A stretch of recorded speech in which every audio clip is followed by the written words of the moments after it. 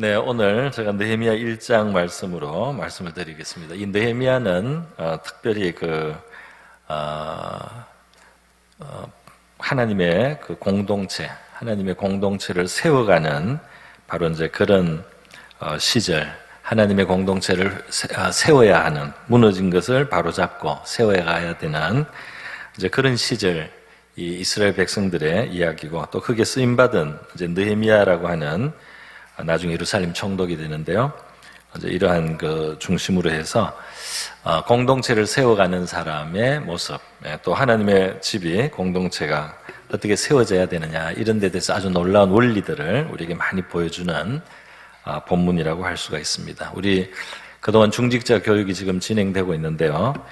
내년 봄까지 우리 그 중직자 교육에 사실 이 느헤미야나 에스라서 같은 본문이 우리 중직자들이 공부해야 될 말씀이기도 해요. 그래서 제가 시간이 되는 대로 이 느헤미야서나 에스라서에서 앞으로 그 중직에 임직될 때까지의 기간 동안에 나누기로 하고요.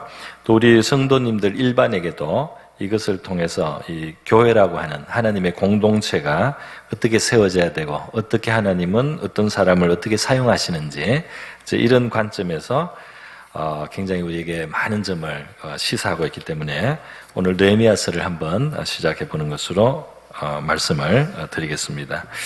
오늘 우리 이 하나님의 나라 이스라엘을 하나님이 이 세상 가운데 특별한 나라로 세워서, 물론 이 세상 다른 나라와 마찬가지로 왕이 있고 이렇게 뭐 군대도 있고 질서가 있지만, 그 본질은 이스라엘은 다른 모든 세상 나라하고 다른 것이 내용적으로 하나님을 왕으로 인정하는 나라입니다.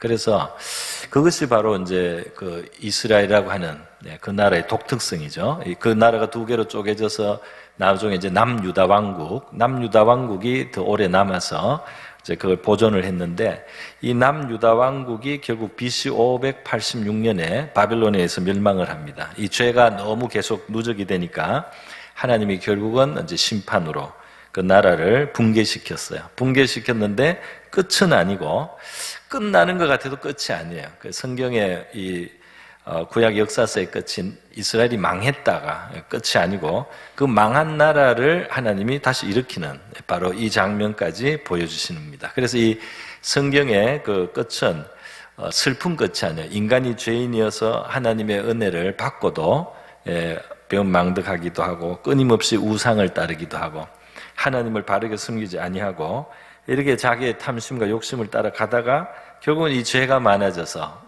이제 무너지고 망하게 되지만, 이제 그것이 끝이 아니고 하나님은 계속 일하셔서 그걸 회복시키고, 그들이 나라가 망한 동안에 포로 생활을 하면서 정화가 되게 하고, 그러니까 나라가 망하고 포로로 다 끌려가서 끝난 것 같잖아요. 근데 끝이 아니고 그게 그들을 계속 다루시는 하나님의 손길이다. 그것이 계속해서 하나님이 그들을 다루시는 손길이고, 그들에게 필요한 일이고, 또 강하게 말하면 그들에게 최선이다.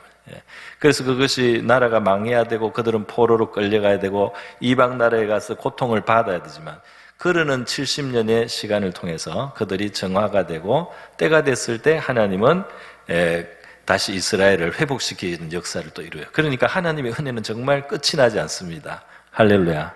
하나님의 은혜는 끝이 안 난단 말이에요. 끝이 안 나서 이 정신을 우리 믿는 사람들은 가져야 돼요. 그래서 하나님의 이 그치지 않는 사랑, 하나님의 자비, 때로는 하나님이 버린 것 같아요. 하나님이 완전히 내던진 것 같습니다. 무너질 때는 처참하죠. 무너질 때는 아주 비극적입니다. 뭐 진짜 칼날에 많은 사람이 죽지 않았겠어요? 성전이 무너지는 걸 보고 얼마나 충격을 받았겠어요? 그런데 하나님은 그까지도 허락을 하신다 이 말이에요. 왜냐하면 그것이 이제 최선의 길이에요. 그렇게 해야 그들은 깨닫게 되고, 그들은 정말 정화가 될 수 있기 때문에, 파국적인 것 같이 보이고 하나님이 완전히 버린 것 같은 그때도 하나님이 버렸다기보다는 그들을 위한 최선의 방책으로 그것을 사용하고 있는 과정이다, 이렇게 말할 수가 있겠습니다. 그래서 교회에서 징계를 해도 마지막 출교입니다. 교회에서 마지막 출교를 해도 그게 그 사람을 위한 최선으로서 하는 거예요. 그 사람이 밉기 때문에 출교하는 게 아니고 그 사람을 위한 최선으로서 출교를 하는 겁니다. 이게 이제 민족적으로는 나라가 완전히 망하는 것으로 그렇게 나타났다고 할 수가 있겠습니다. 여러분, 이 나라가 망했지만 말이죠. 하나님은 모든 이 일들을 너무나 주도 면밀하게 하시는 분이에요. 그래서 그 망한 나라에서 포로된 사람들이 더 하나님 앞에 자신을 돌아보고 경성하고 깨어서 말이죠. 하나님께 영광을 돌릴 수 있는 길들을 열어놓습니다. 그래서 우리가 보면 다니엘 같은 사람들이 느부갓네살 왕의 신하가 되고 거기에서 또 총리가 되고 또 다리오 나라가 또 제국이 바사 제국으로 바뀌어도 최고 지위를 하나님이 가질 수 있게 하시면서 그러면서 하나님의 이름이 그 이방 세계의 영광을 받도록 하는 역할을 해주시는 것을 보고 우리가 놀라지 않습니까? 한 민족이 한 나라가 해야 될 일을 실패를 했는데 하나님은 거기에서 포로로 끌려간 사람들 중에 몇 사람에게 하나님 앞에 신실하고 충성되게 그렇게 믿음의 삶을 살아서 그 몇 사람이지만은 그 나라가 못했던 일, 다시 말해서 온 열방에 하나님의 영광을 드러내는 그 일을 그 몇 사람의 헌신으로 목숨을 희생할 각오를 하고 하나님을 섬기는 그 몇 사람을 통해서 온 이방 세계 느부갓네살, 바벨론 제국의 느부갓네살도 그랬고요. 또 바사 제국의 다리오 왕도 그랬고요. 온 제국에 바로 이 다니엘의 하나님, 또 다니엘의 그 세 친구의 그 하나님, 바로 이 하나님이 참 하나님이니까 그 하나님을 두려워하고 경외하고 만약에 그 하나님을 함부로 대하는 자는 큰 심판을 내리겠다, 큰 형벌을 내리겠다, 이렇게 온 제국에 공포를 할 정도로 그렇게 하나님을 드러내는 일을 하셨어요. 그래서 이 하나님은 말이죠, 우리의 이 선입견하고 좀 달라요. 우리의 선입견은 나라가 망하면 안 될 거예요. 그래도 이스라엘이 망하면 안 될 것 같아도 하나님은 한번 망했다가 일으키기도 하고, 나라가 못한 일을 개인들이 하게 하기도 하고, 이렇게 하면서 하나님의 역사는 이루어지고 하나님의 영광은 어떤 의미에서 또 지켜지기도 하고, 그랬다는 것을 우리가 기억을 해야 되겠습니다. 이런 시대에 말이죠, 우리가 이 느헤미야라는 사람도 다니엘과 비슷해요.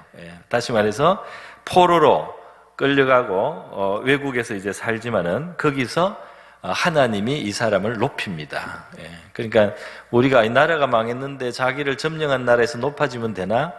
우리가 이렇게 너무 짧게 생각하면 안 돼요. 우리 일제시대 때도 우리 한국 조선 사람들 중에 일본에서 올라간 사람들이 있습니다. 높이 올라간 사람들 중에 우리나라를 정말 사랑한 사람들이 있어요. 그래서 이 조선의 뭔가 그 유익을 위해서 그 안에서 굉장히 애썼던 사람도 있습니다. 그런 역사가 그렇게 간단한 게 아니에요. 너무 단순하게 이 역사를 보는 것도 오늘날 우리가 조금 조심해야 됩니다. 여기 보면 다 다니엘도 그렇고 느헤미야도 그렇고 나라가 망했잖아요. 그런데 그 점령한 나라에서 하나님이 사용하시잖아요. 고관을 만들고 그들이 그 민족의 유익을 위해서 그리고 참 신앙을 위해서 노력하는 모습을 우리가 볼 수 있다 이 말이죠. 자, 그런데 우리가 다니엘을 보면 이 나라가 망한 다음에 다니엘이 그쪽에 가서 처음에는 참 교육을 받으면서도 신앙을 지키려고 애쓰고 나중에는 뭐 사자굴에도 들어가고요. 뭐 이런 엄청난 생명을 건 신앙생활을 하는데 결국 그를 얼마나 하나님이 높입니까? 그래서 다니엘에게 우리가 보는 아주 아름다운 모습은 그 사자굴에 들어가는 계기가 되는 거죠. 하루에 3번 그 예루살렘을 향하여 열린 창문을 열고 거기 하나님 앞에 감사하며 기도하는 그런 다니엘의 모습을 우리가 볼 수가 있다 이 말입니다. 그러니까 그 이국에 가서 출세는 했어요. 출세는 했지만 이 세상에 하나님이 높이신 것에 절대로 도취되지 않았어요. 거기에서 조국을 잊고 사는 게 아니에요. 오히려 그 고국을 그리워하고 그곳에 있는 하나님의 성전이 있었던 그 자리를 향해서 나라를 위해서도 기도하고 민족을 위해서도 기도하고 그리고 하나님 앞에 감사하면서 은혜 생활을 했습니다. 그런데 이 느헤미야도 하나님이 출세를 시킨 사람입니다. 느헤미야가 지금 이 바사 제국에서 느헤미야가 굉장히 출세를 해서 어느 정도 출세를 했느냐, 오늘 1장 맨 끝에 보면은 왕의 술관원이 되었다고 딱 되어 있죠. 이 술관원은 무슨 뜻이냐면 왕에게 포도잔을 바쳐드리는 건데 이것은 옛날에 단순한 일이 아닙니다. 아주 최고위급에 들어가는 직무예요. 뭐냐면 왕 옆에 늘 있어요. 왕이 늘 찾으면 있고, 그리고 사실 왕이 마시는 게 얼마나 중요합니까? 누가 독을 타면은 안 되잖아요. 이 제국의 큰 왕들은 항상 이 신변에 굉장한 그 조심을 해야 되잖아요. 그러니까 가장 믿을 수가 있어야 돼요. 자기가 마시고 먹는 거를 맡기는 사람은 정말 자기가 완전히 믿어야 돼요. 그런 사람이 그걸 할 수가 있다. 그런데 또 아무나 그거를 믿을 수 있는 믿을 수만 있으면 되느냐? 그게 아니에요. 그 사람은 가까이 있기 때문에 왕에게 언제나 필요한 자문을 해줄 수 있고 왕의 말에 대답을 해줄 수 있는 지혜로운 사람이어야 됩니다. 그러니까 왕이 수시로 그 사람에게 질문을 하고 묻기도 하고 이렇게 하면 그 사람이 그걸 다 해줄 수 있는 상당히 능력이 있어야 된다 이 말이죠. 그리고 신뢰를 받아야 되고. 그러니까 이게 인격적으로나 또는 어떤 지식이나 정치적인 면에서나 여러 면에서 굉장히 뛰어난 사람이 하는 게 이제 술잔을 드리기 때문에 술관은이란 말이지. 그게 이 사람의 주 업무는 아닙니다. 그거 뭐 하루에 술잔 몇 잔이나 드리겠어요. 근데 최고 고위직에 이제 해당한다 이 말입니다. 이 사람이 왕 앞에서 왕 앞에서 아닥사스다 왕 앞에서 한마디 하니까 왕이 이 사람을 예루살렘 총독으로 보내주잖아요.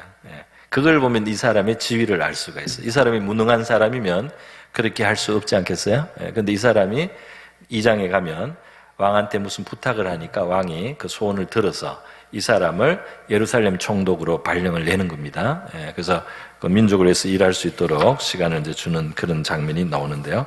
자, 오늘 이제 첫 번째 드릴 말씀은 이겁니다. 이 외국에, 나라는 망했지만 외국에 나서 출세를 했어요. 이게 하나님의 은혜예요. 이 사람들은 믿음을 포기하고 출세한 것이 아니고 믿음을 잘 지키고 나라를 사랑하고 이 하나님의 나라였던 이스라엘 유다 왕국이 이렇게 무너졌지만은 마음의 탁을 나라를 사랑하는 마음을 가지고 있었어요. 그거는 오늘날 이 이스라엘 나라는 특별하기 때문에 나라이자 교회이기도 해요. 영적인 공동체이기 때문에. 그래서 이게 세상 나라이자 영적인 교회이기도 한 겁니다. 그래서 우리한테 적용점이 그렇게 되는 거예요. 그러니까 이게 이 유다 왕국을 사랑하는 이 마음은 바로 이 하나님의 나라를 사랑하는 마음 또는 교회를 사랑하는 마음은 그대로 같은 결이다 이렇게 우리가 생각을 하면 되겠습니다. 이 사람이 나라의 소식에 궁금해하고 나라가 잘못됐다는 소식을 이제 누군가를 통해서 들었습니다. 이때는 어떤 때냐? BC 586년에 나라가 망하고 나서 하나님이 70년간 유다 백성들을 포로 생활 속에 정화를 시킵니다. 그래서 정화를 시켜나가는 과정에서 하나님이 1차 포로에서 돌아오게 하고 그 다음에 2차 포로에서 돌아오게 하고 3차 포로에서 돌아오게 하면서 하나님의 성전도 재건되게 하고 다시 예루살렘과 유다 지방에 이스라엘 사람들이 신앙 공동체를 형성해서 정치적으로는 아직 바사 제국의 밑에 있지만은 그러나 어느 정도 신앙적인 자유를 찾고 다시 하나님을 섬기는 그런 모습을 많이 회복할 수 있었던 시기예요. 그런 시기인데 느헤미야는 이제 이 외국에서 지금 그 왕을 섬기고 있다 이 말입니다. 왕을 섬기고 있는데 이제 이 사람이 3차 포로 귀환의 이제 지도자가 결국 나중에 되게 됩니다. 이 사람이 어떤 소식을 듣느냐? 1차로 돌아간 사람, 2차로 돌아간 사람들이 열심히 성전도 재건하고 공동체를 회복하고 신앙생활을 열심히 하고 하나님의 법도대로 살려고 하는 노력을 하고 있단 말이야. 이것이 계속 잘 돼야 되는데 문제는 주변 나라가 가만히 안 둔단 말이야. 주변에 유다 망한 걸 기뻐하는 대적들이 있어요. 대적 민족들이 있어요. 유다가 계속 그렇게 아주 찌그러져 있는 것을 좋아하는 게 있어요. 그런 민족들과 그런 정치 세력들이 있기 때문에 이제 문제가 되는 겁니다. 자, 그래서 드디어 이제 그런 것들이 터져서 말이죠. 이 1차로 먼저 스룹바벨이라는 시대 그 지도자가 가서 그 성전을 세운 게 있고 2차로 에스라가 또 백성들을 데리고 가서 신앙적으로 또 세워 나간 게 있었어요. 그런 상태인데 지금 주변에 있었던 나라들이 무력을 사용해서 그 예루살렘을 많이 짓밟았다 이 말이에요. 그래서 예루살렘에 지금 이 성벽이 무너졌다는 거 아닙니까? 그죠? 성문들이 불탔다. 예루살렘 성은 허물어지고 거기에서 큰 환난을 당하고 능욕을 받고 있다.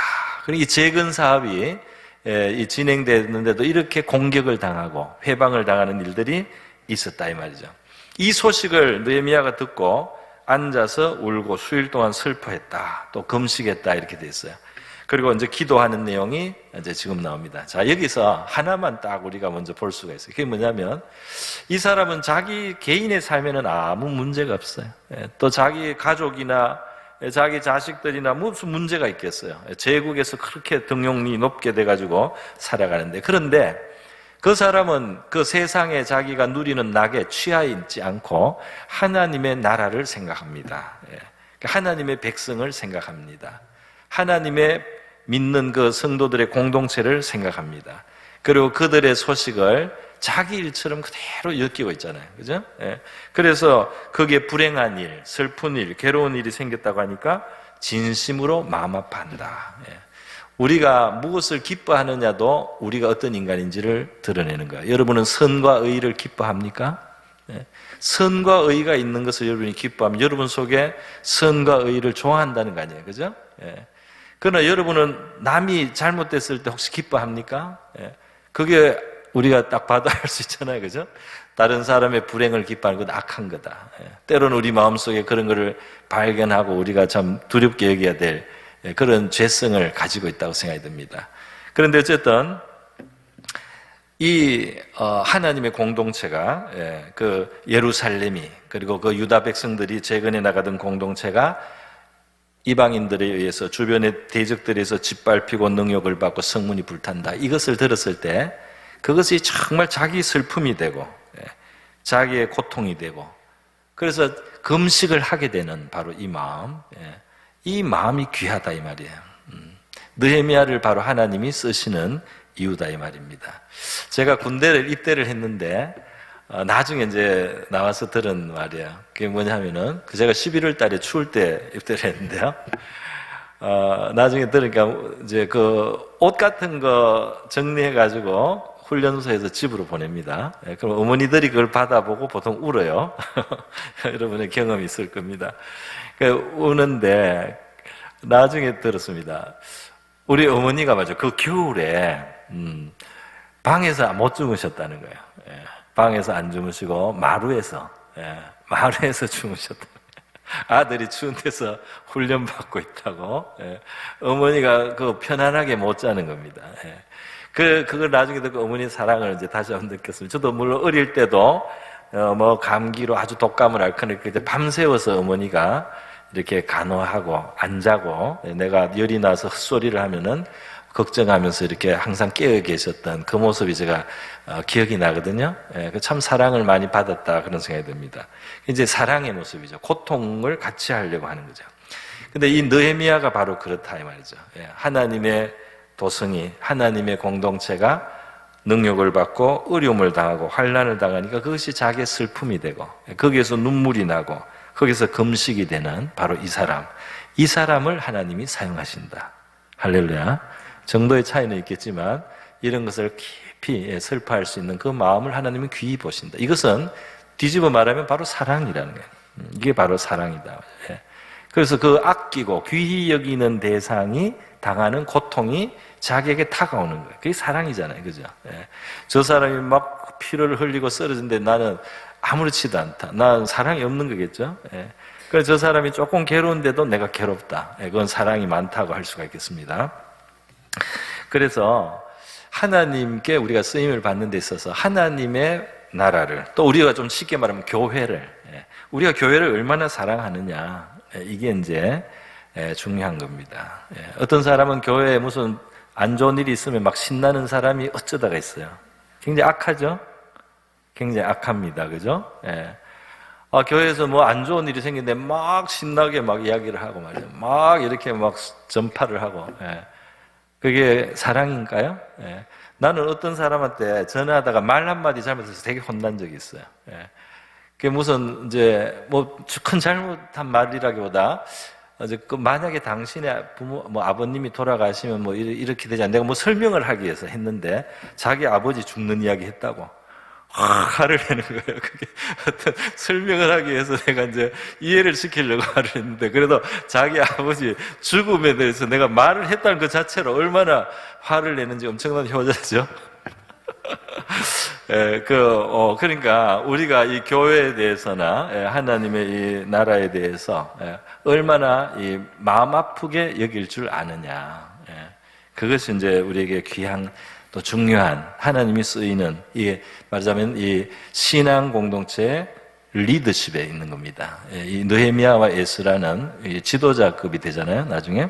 그러니까 이 공동체를 잘 섬길 사람, 정말 하나님이 사용하실 사람들의 마음속에는 하나님의 나라를, 혹은 바로 우리 교회를 향한 사랑이 얼마나, 그러니까 여러분, 오늘 제가 시편 122편을 하나 소개해 드리겠는데요. 시편 122편은 다윗의 시입니다. 다윗이 성전에 올라가는 시인데요. 아마 PPT가 내가 한번 같이 읽어보겠습니다. 시작.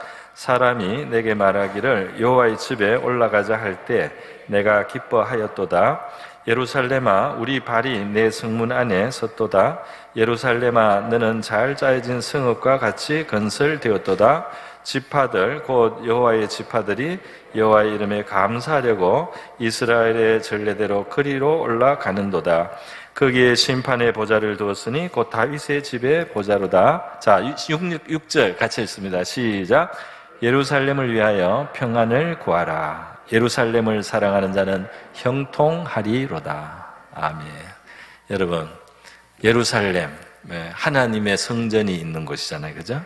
여기서 예수님이 우리를 위한 제물이 되시는 곳입니다. 아주 특별한 곳이죠. 그 예루살렘을 위해서 평안을 구하는 사람. 그러니까 이게 평안을 구하는 그 사람, 예루살렘을 사랑하고 예루살렘의 평안을 구하는 사람, 그 예루살렘을 사랑하는 사람이에요. 그 사람은 어떻게 해요? 형통하리로다. 복받는 비결이 나와 있다고 하겠습니다. 이게 이미 다 알려진 거예요.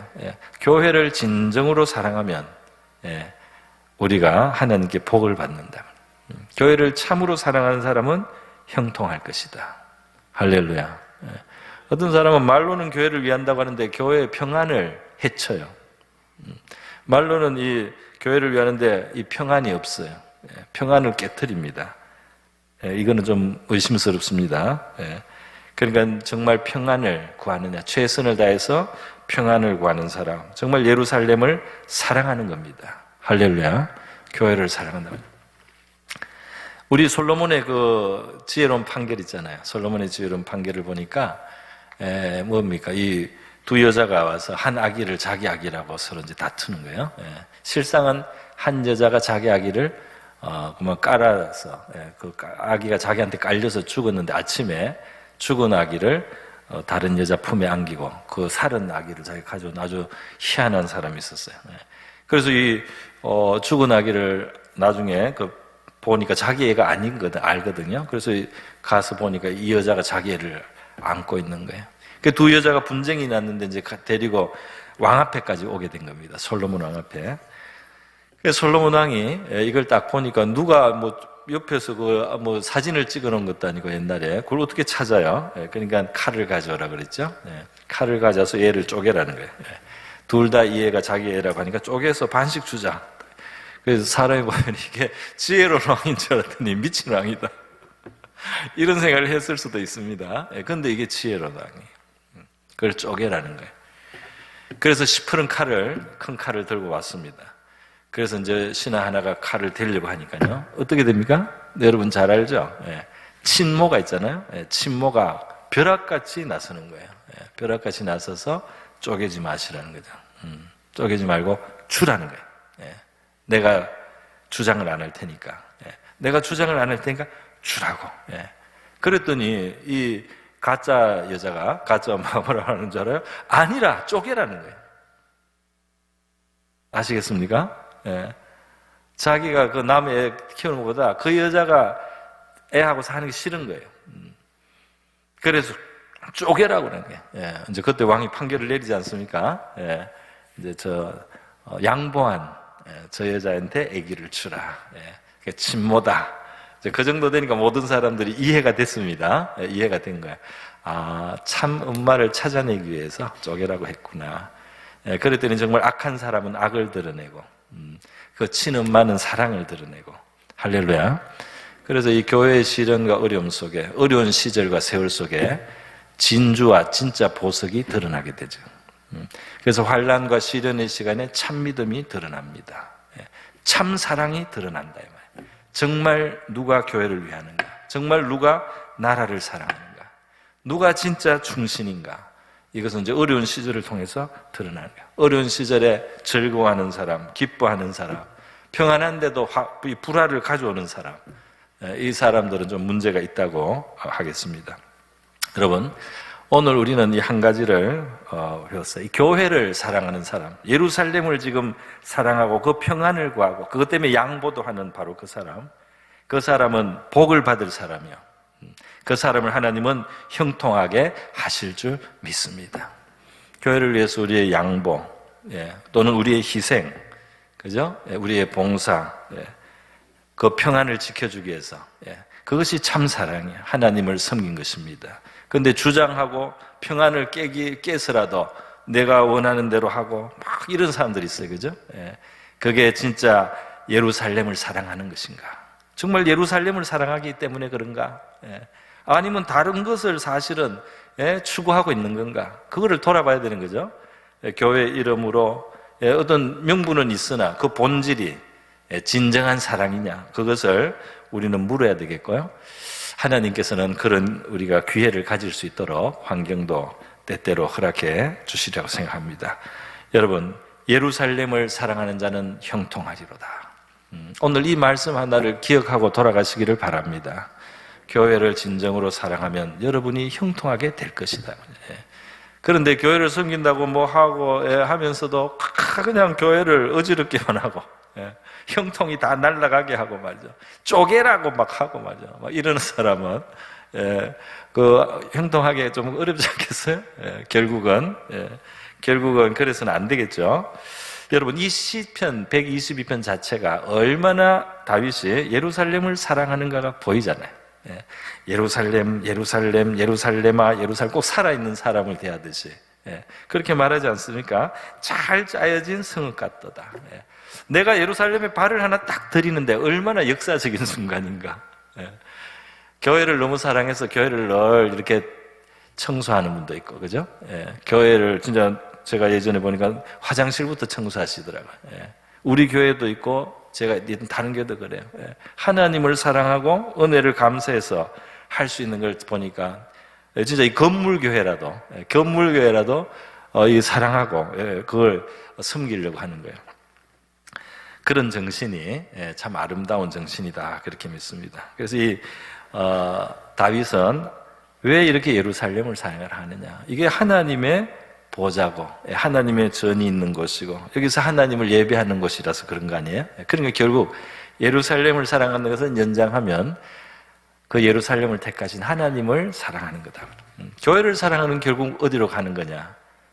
그 교회의 머리고 주인이신 하나님을 사랑하는 거죠. 할렐루야.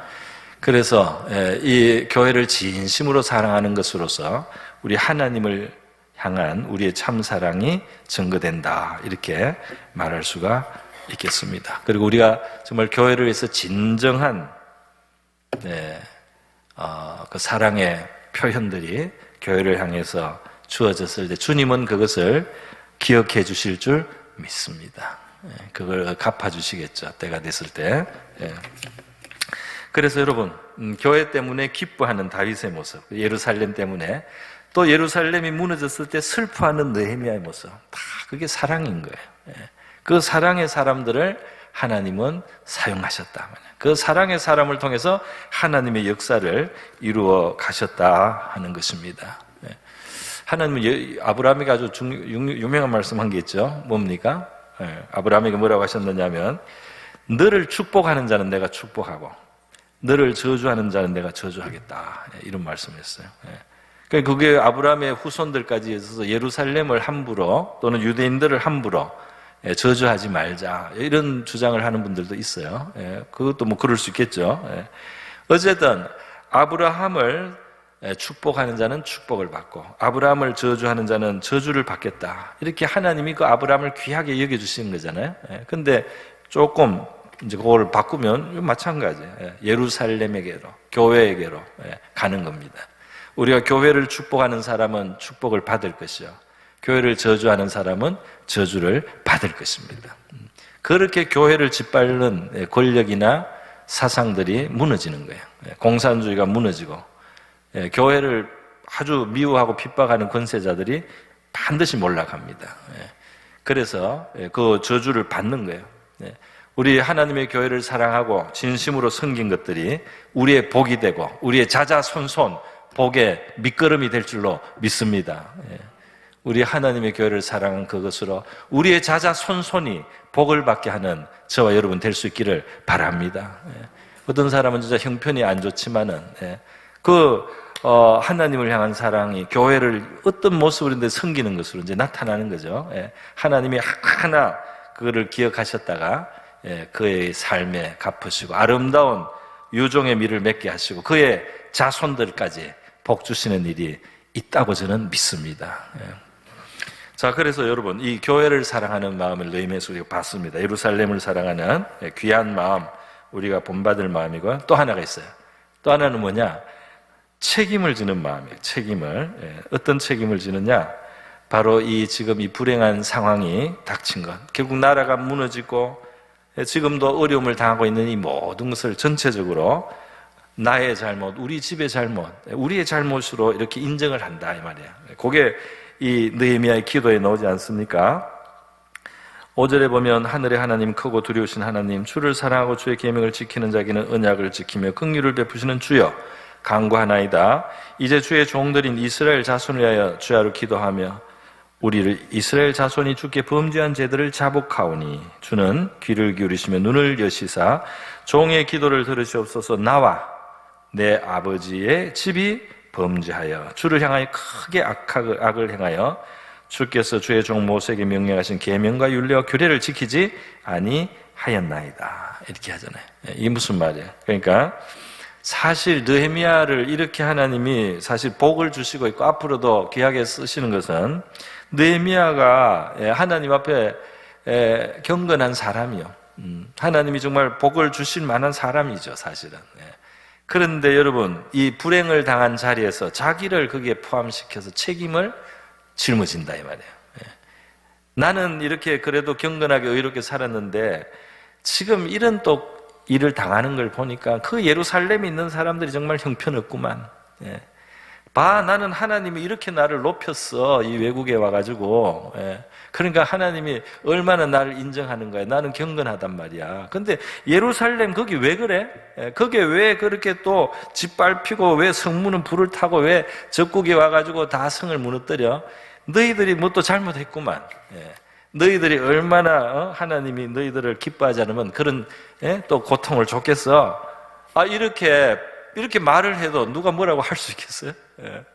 그러나 그것은 교회를 사랑하는 게 아니고 예루살렘을 사랑하는 사람이 할 수 없는 것이다 이 말이야. 그거는 느헤미야하고는 전혀 상관이 없는 자세. 어떤 사람들은 어려움 생기면 뭐 잘못해서, 그죠? 너들 뭐 어떻고 저떻고, 늘 이렇게 자기에게 하나도 돌아보지 않는 경우들이 있습니다. 그래서 여기에서 훌륭한 느헤미야의 훌륭한 믿음이 나오죠. 나와 내 아비의 집이 범죄하여 주를 향하여 악을 행하였습니다. 이것은 사실 조상들의 죄죠. 느헤미야가 무슨 죄를 크게 지었겠어요. 그 조상 누대로 지은 죄가 있는 거죠. 그런데 그거를 내 아버지의 집의 죄다 이렇게 생각하는 거예요. 그리고 나도 그게 포함된다 이렇게 생각을 한다 이 말이죠. 그러니까 여러분, 결국 이 세상에 맞습니다. 많은 불행과 괴로움과 어떤 재앙은 죄의 문제이고 어떤 사람이 특별히 죄가 더 많을 수도 있고요. 그래요. 그러나 공동체를 세우는 사람은 거기에 자기의 책임도 함께 생각을 하는 거죠. 자기의 책임도 같이 생각을 하면서 하나님 앞에 구하는 거죠. 그리고 또 용서를 구하고, 바로 이런 느헤미야의 모습입니다. 그런데 바로 이런 사람을 사용해서 하나님은 그 무너졌던 성이 재건되게 하신다 이 말입니다. 할렐루야. 너들 하고 손가락을 밖으로 항상 이렇게 하면은 하나님이 사용을 안 해요. 그래서 하나님 앞에 나를 돌아볼 때 하나님이 여러분을 사용해 주시는 줄 믿습니다. 여러분을 사용해 주신다 이 말이에요. 그래서 느헤미야가 자기 죄처럼 생각하고 그걸 짊어지니까 하나님이 결국 이 사람에게 나중에 위치를 주고 나중에 이 사람에게 능력을 줍니다. 이 사람에게 나중에 그걸 하게 만듭니다. 그걸 사명을 줍니다. 그 총독이 되게 합니다. 예루살렘의 총독이. 그러니까 이 사람은 죄를 짊어졌는데 하나님은 그 공동체를 맡긴 거예요. 오늘 누가 하나님께 쓰임을 받겠습니까? 이 교회를 보면서 교회의 부족한 부분과 어려운 부분에 대해서 내 것처럼 만약에 생각하는 사람이 있다면, 그걸 위해서 중보하는 사람이 있다면 정죄하지 않고 너가 잘못이다 막 이렇게 하지 않고 그것을 나의 것으로 생각하고 하나님 앞에 기도하고 회개하는 사람이 있다. 하나님은 그 사람을 사용하실 것입니다. 정말 세우는 일을 하게 하고 역군이 되게 할 거예요. 좀 부끄러운 또 고백을 조금 하겠습니다. 제가 우리 청년 때 자랐던 우리 내수동교회 대학교 1학년인데요. 참 좋더라고요. 그 대학부가 신앙이 좋고 열심히 하고 아주 사랑도 있고 막 이렇게 좋았어요. 근데 한 학기 동안 제가 아주 은혜를 많이 받고 이렇게 다녔는데요. 지냈는데 한 반년이 지나고 나니까 그 부족한 게 보이더라고요. 반년이 지나니까 그게 문제점이 보여요. 그런데 그것이 정말 저한테는 걱정이 되었습니다. 걱정이 되었어요. 그래서 어느 날 아무도 없는 그 대학부 그 빈자리에 제가 그 옥상에 바깥에 혼자 앉아서 그 대학부를 위해서 기도를 했어요. 저는 거기 온 지 6개월밖에 안 돼요. 그렇지만 정말 걱정이 되더라고요. 그거는 제가 와서 선배들의 그 사랑을 받고 은혜로운 예배를 드리면서 그 공동체를 사랑한 거예요. 그리고 그것에 걱정이 된 겁니다. 그래서 제가 간절히 기도하고 아무도 없어요. 이 하늘, 잿빛 하늘하고 나 혼자 그 옥상에서 하나님 앞에 위해서 기도했던 생각이 나요. 나중에 제가 거기에 전도사가 됐죠. 하나님이 저를 거기서 사용해 주셨어요.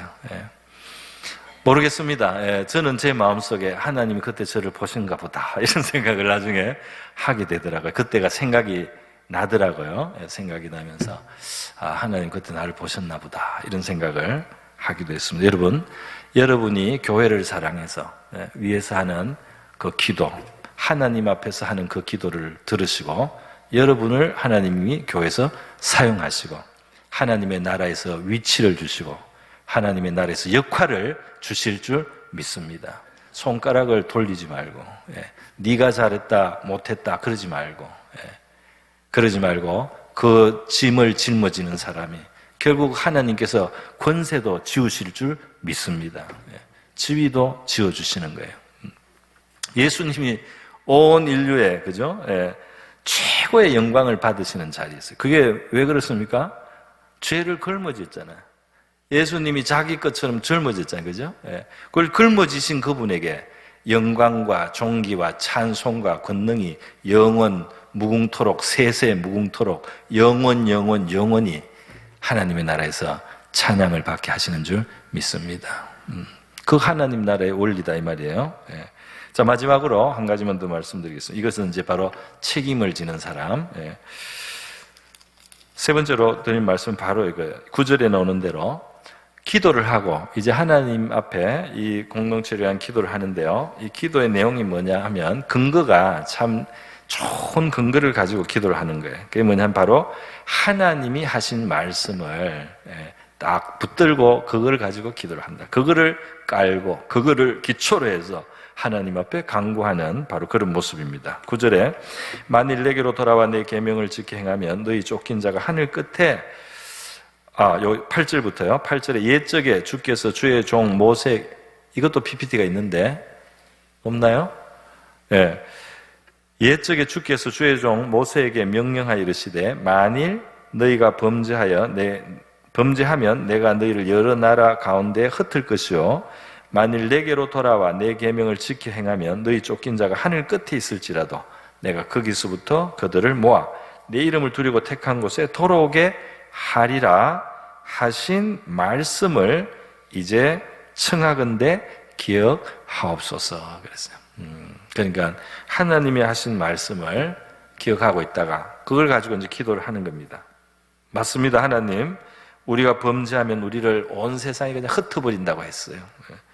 그렇지만 다시 하나님 앞에 돌아오고 계명을 지키면 하나님은 땅 끝까지 쫓겨간 사람들도 그들을 다 모아서 결국 하나님의 이름을 두려고 하신 이곳으로 불러오셔서 그렇게 회복하게 하신다고 말씀하셨지 않습니까? 이렇게 하면서 그 말씀을 딱 의지하면서 이제 그 일을 하나님께 우리는 기대합니다. 하나님 그 일이 이루어지게 하여 주시옵소서.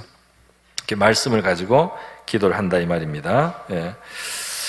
이들은 주께서 일찍이 큰 권능과 강한 손으로 구속하신 주의 종들이요 주의 백성입니다. 주여 구하오니 귀를 기울이사 종의 기도와 주의 이름을 경외하기를 기뻐하는 종들의 기도를 들으시고 오늘 종이 형통하여 이 사람 앞에 은혜를 입게 하고 이 사람 왕 그러니까 이제 마음속에 금식도 하고 이렇게 하면서 마음속에 이 왕이 나를 허락해줘서 내가 이 무너진 예루살렘에 위해서 무엇인가를 할 수 있는 길을 하나님이 좀 주셨으면 그 소원이 마음속에 생긴 거죠. 그래서 이 왕이 허락을 해야지 내가 본국에 가서 뭐라도 할 수 있으니까 이 왕 앞에서 내가 은혜를 입게 하옵소서 하는 기도를 하는 거예요. 근데 그 기도의 뿌리가 뭐냐면 하나님 우리가 이 땅 끝까지 흩어져도 다시 회복해서 다시 본토로 돌아가고 다시 일어날 수 있게 하시겠다는 하나님의 약속이 있는데 그것이 이루어져야 되겠습니다. 그것을 이루어 주십시오 하고 하나님의 말씀을 가지고 그래서 여러분 제일 좋은 기도 보통 바로 이겁니다. 뭐 기도 좋은 기도가 뭐 여러 면이 있겠죠. 뭐 정직한 기도, 솔직한 기도, 겸손한 기도, 믿음의 기도, 감사하면서 하는 기도 다 좋은 기도예요. 사랑으로 하는 기도 다 좋은 기도예요. 그런데 또 한 면이 있는데 그건 뭐냐면 하나님의 말씀을 의지해서 하는 기도. 이것이 굉장히 좋은 기도고 하나님을 움직이는 또 기도라는 것을 성경이 우리에게 보여주고 있습니다. 하나님은 이 약속을 이미 신명기에서 이미 주셨어요. 땅 끝까지 흩어져도 그들이 하나님을 찾으면 하나님은 그들을 회복시켜 주실 것이다. 해피엔딩이잖아요. 그죠? 아주 그러니까 우리 신앙 세계는 절망이 없어요. 절대 절망이 없습니다. 가장 밑바닥에 떨어진 것 같을 때도 바로 그 회복의 하나님이 계시다. 그게 성경 전체에 나오는 큰 그림이에요. 가장 밑바닥까지 떨어져도 거기에서 일으키시는 하나님, 이게 성경에 크게 보여주는 하나님 모습입니다. 그러니까 우리 신앙을 가진 사람이 절망해서는 안 된다. 전부 다 그냥 무너진 것 같고 깨어진 것 같고 하나님께 버림을 받은 것 같은 그 순간에도 우리는 하나님께 대한 이 믿음과 소망을 놓아서는 안 될 줄 믿습니다. 그 마지막까지 소망을 놓지 않을 이유가 있다 이 말이죠. 바로 이러한 기도, 말씀에 입각한 기도. 그래서 우리가 성경 읽는 거를 늘 교회에서 시상도 하고 성경 통독 뭐 이런 것들이 교회, 이 살아있는 교회는 이 교회도 두 종류가 있더라고 보니까 크게 대별하면 세 개의 두 종류가 있어요. 하나는 말씀 중심의 교회입니다. 이 말씀으로 자기를 비춰보고 말씀으로 이 길을 찾는 교회, 길을 찾는 신앙인들의 이 신앙 스타일이 있고요. 또 하나는 이 기독교를 종교화해가지고 의식으로 바꾸는 거예요. 그래서 이 기독교를 하나의 불교나 무슨 우상이나 이런 거 하듯이 그냥 공을 들이고 그냥 이렇게 신을 달래어서 그래서 그냥 거기에서 무슨 대가가 있겠지 하는 거. 그러니까 하나님의 말씀보다 이런 데 미신이 많이 들어갑니다. 미신이 많이. 그래서 물건, 성자가 사용했다는 무슨 도구, 옛날에 기적이 일어났다는 장소, 막 이런 걸 되게 중요하게 여겨요. 그래가서 그런데 찾아가고 그런 거 물건을 막 입을 맞추고 이러는 거 있죠. 그런 기독교 국가는 기독교 국가인데도 밝지가 않아요. 기독교 국가인데도 보통 이게 좀 떨어집니다. 그런데 우리가 보는 기독교 국가들 중에 힘이 있거나 아주 거기에 사람이 살만한 그런 세상들을 보면 말씀으로 각성이 있었던 나라들이에요. 말씀의 교회가 있었던, 말씀으로 사람들이 변화받은, 말씀 때문에 회개하고 말씀 때문에 실천하고 했던, 바로 하나님의 말씀에 입각해서 나갔던 그 기독교가 밝은 기독교고 힘이 있는 기독교고 인류 역사를 끌어간 그런 나라들, 기독교 국가들입니다.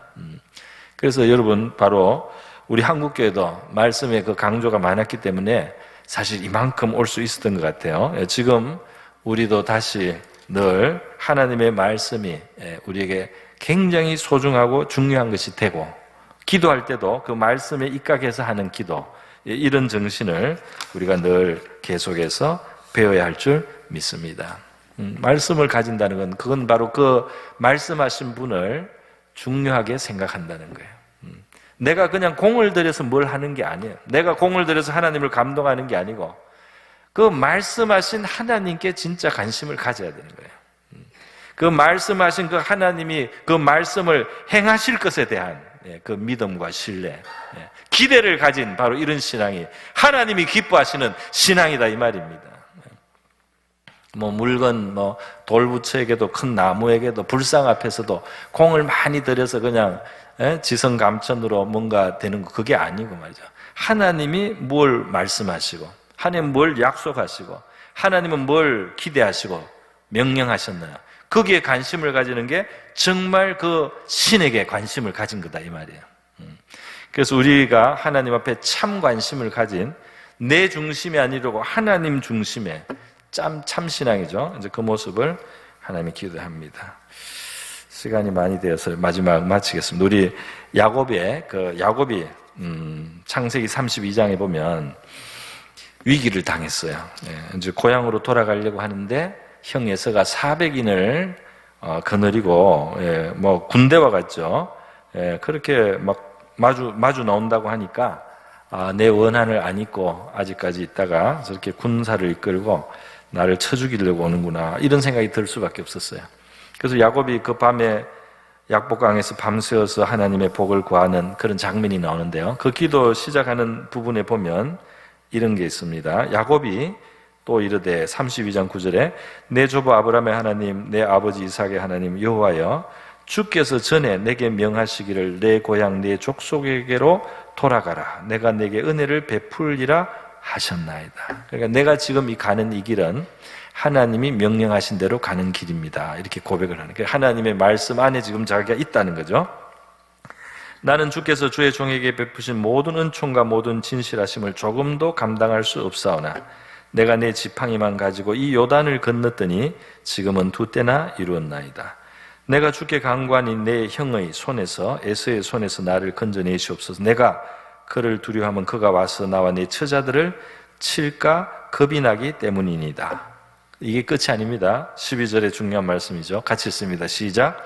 주께서 말씀하시기를 내가 반드시 내게 은혜를 베풀어 내 씨로 바다에 셀 수 없는 모래와 같이 많게 하리라 하셨나이다. 할렐루야.